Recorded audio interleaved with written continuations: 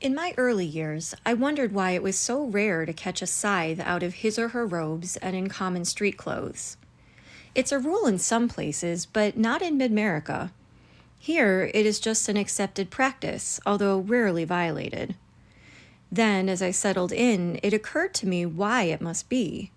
For our own peace of mind, we scythes must retain a certain level of separation from the rest of humanity.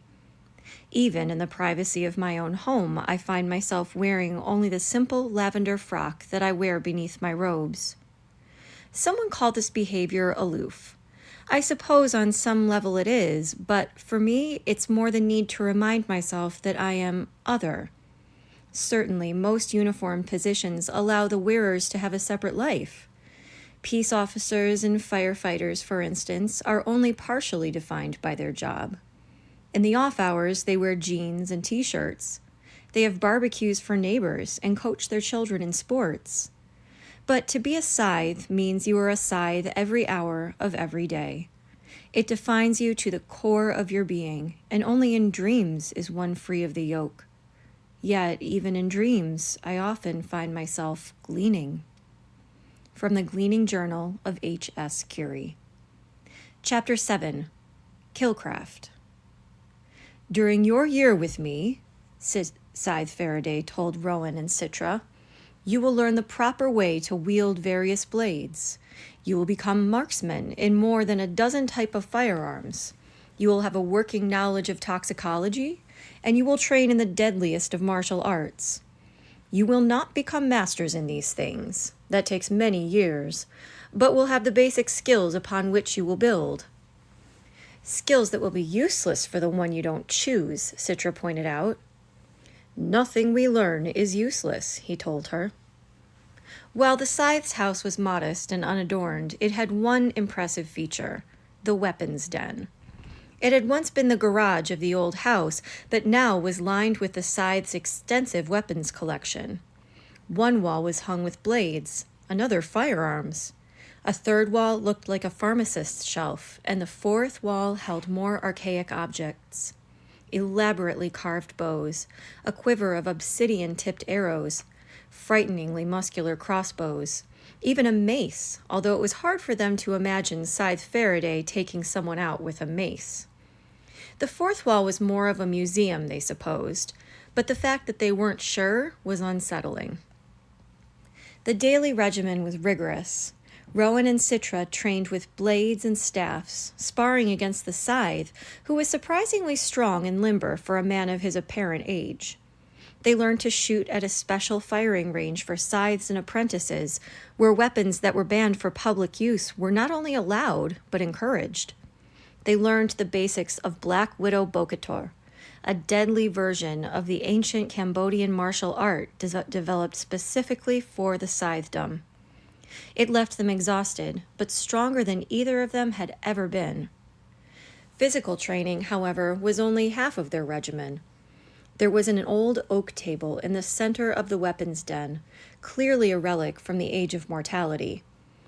This is where Scythe Faraday spent several hours a day schooling them in the ways of a scythe. Studies in mental acuity, history, and the chemistry of poisons, as well as daily entries in their apprentice journals. There was more to learn about death than either of them had ever considered. History, chemistry, writing, this is like school, Rowan grumbled to Citra, because he wouldn't dare complain to Scythe Faraday. And then there was the gleaning. Each scythe must perform a quota of 260 gleanings per year, Scythe Faraday told them, which averages to 5 per week. So you get weekends off, joked Rowan, trying to add a little nervous levity to the discussion. But Faraday was not amused. For him, nothing about gleaning was a laughing matter. On days that I don't glean, I attend funerals and do research for future gleanings. Scythes, or should I say good scythes, don't often have days off. The idea that not all scythes were good was something neither Rowan nor Citra had ever considered. It was widely accepted that scythes adhered to the highest moral and ethical standards. They were wise in their dealings and fair in their choices. Even the ones who sought celebrity were seen to deserve it. The idea that some scythes might not be as honorable as Scythe Faraday did not sit well with either of his new apprentices. The raw shock of gleaning never left Citra. Although Scythe Faraday had not, since that first day, asked them to be the life-taking hand, being an accomplice was difficult enough. Each untimely end came draped in its own shroud of dread, like a recurring nightmare that never lost its potency. She had thought she would grow numb, that she would become used to the work, but it didn't happen. "It means I chose wisely," Scythe Faraday told her. "If you do not cry yourself to sleep on a regular basis, you are not compassionate enough to be a scythe." She doubted Rowan cried himself to sleep. He was the type of kid who kept his emotions very much to himself. She couldn't read him. He was opaque, and it bothered her. Or perhaps he was so transparent she was seeing through him to the other side. She couldn't be sure. They quickly learned that Scythe Faraday was very creative in his gleaning methods. He never repeated the exact same method twice. "But aren't there scythes who are ritualistic in their work?" Citra asked him, "performing each gleaning exactly the same?" "Yes, but we must each find our own way," he told her. "Our own code of conduct. I prefer to see each person I glean as an individual deserving of an end that is unique." He outlined for them the 7 basic methods of killcraft. Most common are the 3 beads: blade, bullet, and blunt force. The next 3 are asphyxiation, poison, and catastrophic induction, such as electrocution or fire, although I find fire a horrible way to glean and would never use it. The final method is weaponless force, which is why we train you in Bogota. To be a scythe, he explained, meant that one had to be well-versed in all methods. Citra realized that being well-versed meant she would have to participate in various types of gleaning. Would he have her pull the trigger? Thrust the knife? Swing the club? She wanted to believe she wasn't capable of it. She desperately wanted to believe she wasn't scythe material. It was the first time in her life that she aspired to fail. Rowan's feelings on the matter were mixed. He found that Scythe Faraday's moral imperative and ethical high ground infused Rowan with purpose, but only in the scythe's presence. When left to his own thoughts, Rowan doubted everything. Burned into his mind was the look on that woman's face as she fearfully yet obediently opened her mouth to be poisoned. The look on her face the moment before she bit down. I am an accomplice to the world's oldest crime," he told himself in his loneliest moments, "and it will only get worse." While the journals of Scythe were public record, an apprentice still had the luxury of privacy. Scythe Faraday gave Rowan and Citra pale, leather-brown volumes of rough-edged parchment. To Rowan, it looked like a relic from the Dark Ages. He wouldn't have been surprised if Faraday gave them a feather quill to go with it. Mercifully, however, they were allowed to use normal writing utensils. "A scythe's journal is traditionally made of lambskin, parchment, and kid leather." "I assume you mean kid as in goat," Rowan said, "and not kid as in kid?" That finally made the scythe laugh. Citra seemed to be annoyed that he had made Faraday laugh, as if it put him a point ahead of her. Rowan knew that as much as she hated the idea of being a scythe, she would jockey for position over him, because that's how she was hardwired. Competition was in her very nature. She couldn't help herself. Rowan was much better at picking his battles. He could compete when necessary, but rarely got caught up in petty one-upmanship. He wondered if that would give him an advantage over Citra. He wondered if he wanted one. Being a scythe would not have been his life choice. He had not made any life choices yet, so he had no real clue what he would do with his eternal future.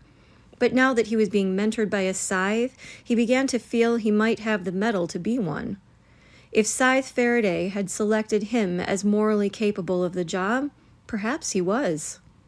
As for the journal, Rowan hated it. In a large family where no one particularly cared to hear his thoughts on anything, he had become accustomed to keeping his thoughts to himself.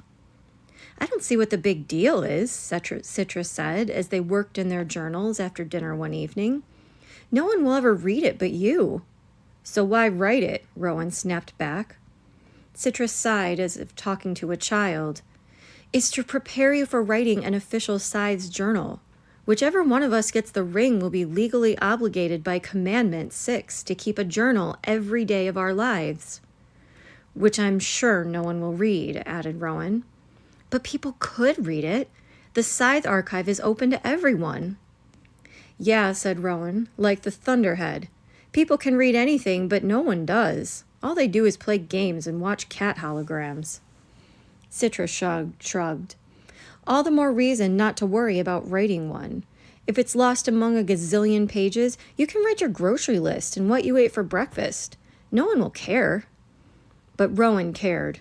If he was going to put pen to paper, if he was going to do what a scythe does, he would do it right or not at all. And so far, he looked at his painfully blank page. He was leaning toward not at all. He watched Citra as she wrote, completely absorbed in her journal. From where he sat, he couldn't read what she had written, but he could tell it was in fine penmanship. It figures she would take penmanship in school. It was one of those classes people took just to be superior, like Latin. He supposed he'd have to learn to write in cursive if he became a scythe, but right now he'd be stuck with inelegant, sloppy printing. He wondered, had Citra and he been in the same school, would they have gotten along? They probably wouldn't have even known each other. She was the type of girl who participates, and Rowan was the kind of kid who avoids. Their circles were about as far from intersecting as Jupiter and Mars in the night sky. Now, however, they had been pulled into convergence. They were not exactly friends. They were never given the opportunity to develop a friendship before being thrust into apprenticeship together. They were partners. They were adversaries. And Rowan found it increasingly hard to parse his feelings about her. All he knew was that he liked watching her write. Scythe Faraday was strict on his no-family policy. It is ill-advised for you to have contact with your family during your apprenticeship. It was difficult for Citra. She missed her parents, but more than that, she missed her brother, Ben, which surprised her because at home she never had much patience for him. Rowan seemed to have no problem with being separated from his family. They'd much rather have their immunity than have me around anyway, he told Citra.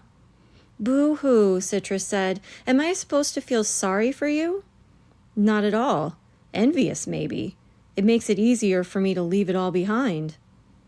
Scythe Faraday did bend his own rule once, however. About a month in, he allowed Citra to attend her aunt's wedding. While everyone else was dressed in gowns and tuxedos, Scythe Faraday did not allow Citra to dress up. Lest you feel yourself a part of that world. It worked.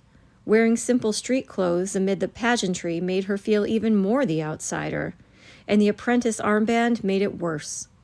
Perhaps this was the reason Faraday allowed her to attend, to make crystal clear the distinction between who she had been and who she was now. So, what's it like? Asked her cousin Amanda. Gleaning and stuff. Is it, gross? We're not allowed to talk about it, Citra told her. Which was not true, but she had no interest in discussing gleaning like it was school gossip. She should have nurtured that conversation, however, instead of shutting it down, because Amanda was one of the few people who spoke to her. There were plenty of sideways glances and people talking about her when they thought she wasn't watching, but most everyone avoided her like she was carrying a mortal age disease. Perhaps if she already had her ring, they might try to curry favor in hopes of receiving immunity, but apparently as an apprentice, she offered them nothing but the creeps. Her brother was standoffish, and even speaking to her mother was awkward. She asked standard questions like, "Are you eating?" and "Are you getting enough sleep?" "I understand there's a boy living with you," her father said. "He has his own room, and he's not interested in me at all," she told him, which he found oddly embarrassing to admit. Citra sat through the wedding ceremony, but excused herself before the reception and took a public car back to Scythe Faraday's house, unable to bear another minute of it.